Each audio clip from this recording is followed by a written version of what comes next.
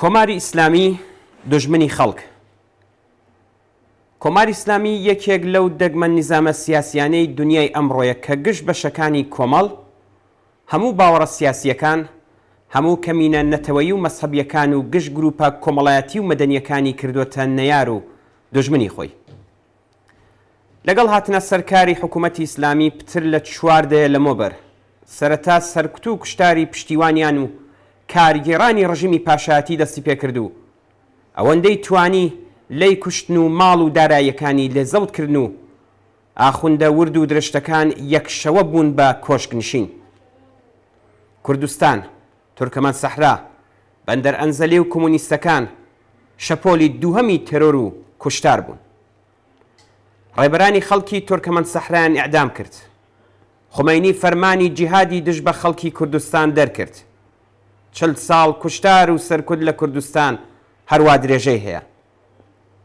ژنان و داسەپاندنی بێمافی بەسەریاندا بوو بە پێناسە و دەلیلی بوونی حکوومەتی ئیسلامی. لە هەنگاوی یەکەمدا حیجابی ئیجباری و هەوڵ بۆ خانەنشینکردنیان و پاشان داڕشتنی یاسای کۆنەپەرستانە و لە ناوبردنی هەموو دەستکەوتێکی پێشووی ژنان کەوتە دەستوری کارەوە.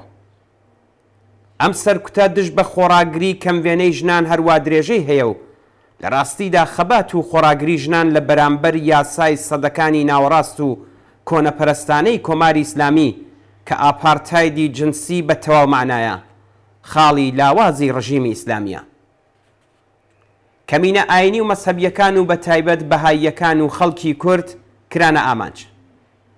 سەرکوتی خۆڕاگری خەڵکی کوردستان بە دڕندانەترین شێوە بەکردەوە دەرهات.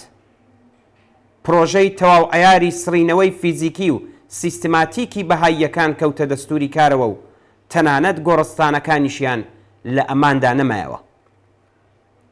کوشتار و سەرکوتی کۆمونیستەکان بەردەوام درێژەی بوو، پاشانەوە لایەنگرانی سازمانی مجاهدین کە چەند ساڵێک پشتیوانی حکوومەتی ئیسلامی بوون پێیان زیاد بوون و لە ساڵی 1367 هەتاوی ئەم کوشتارە بەو پەڕی خۆی گەیشت و هەزاران کەس لە بەندکراوانی سیاسی لە زینداندا ئیعدام کران.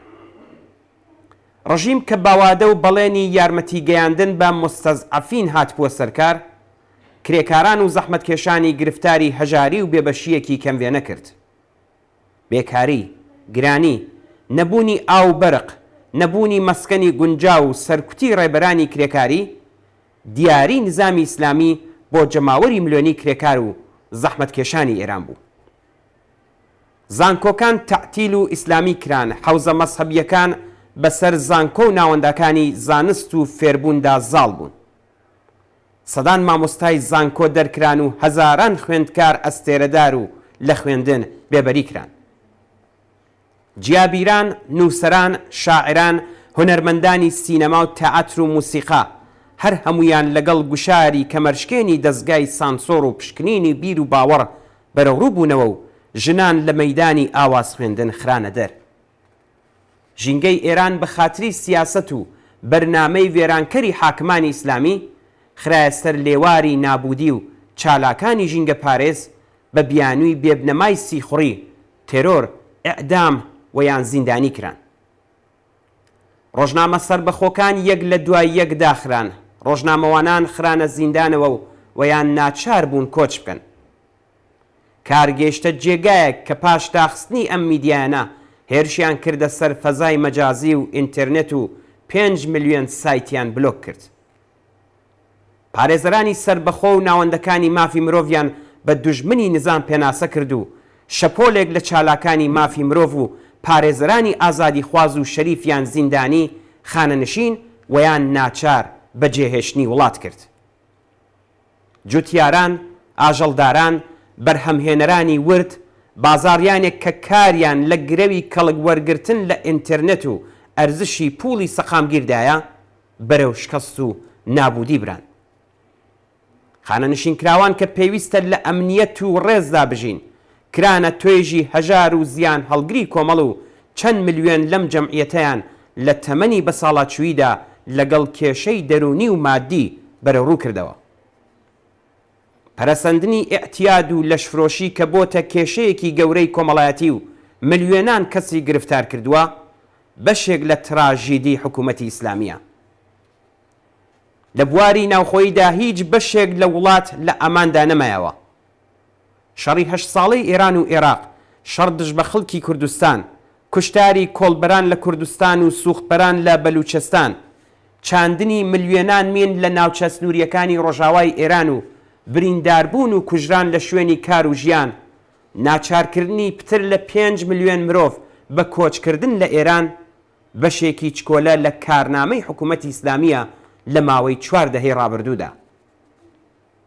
لە بواری دەرەوەشدا هەناردەکردنی تێرۆریزم و کولتوری دواکەوتوانەی شیعە بە ڕەوایەتی ڕژیم، پەرەپێدان بە شەڕی ناوخۆیی لە چەند وڵات و وەڕێخستنی شەڕی مەسهەبی لە ناوچەکە لە درێژەی سیاسەتە ناوخۆییەکانی ڕژیم ژیانی خەڵکی ئێرانی ڕۆژ لەگەڵ ڕۆژ دژوارتر کرد.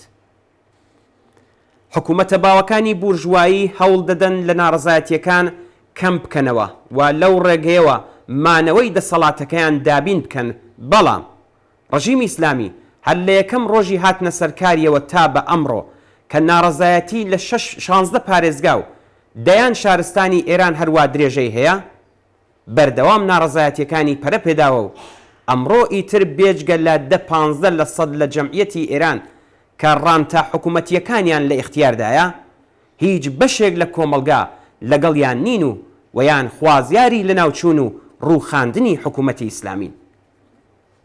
4 دەیە خۆڕاگری و خەباتی خەڵکی ئێران لە بەرامبەر ڕژیمی ئیسلامی بەرەو ئاراستەیەک دەڕوات کە ڕووخاندنی حکوومەتی ئیسلامی وەدی بێنێت.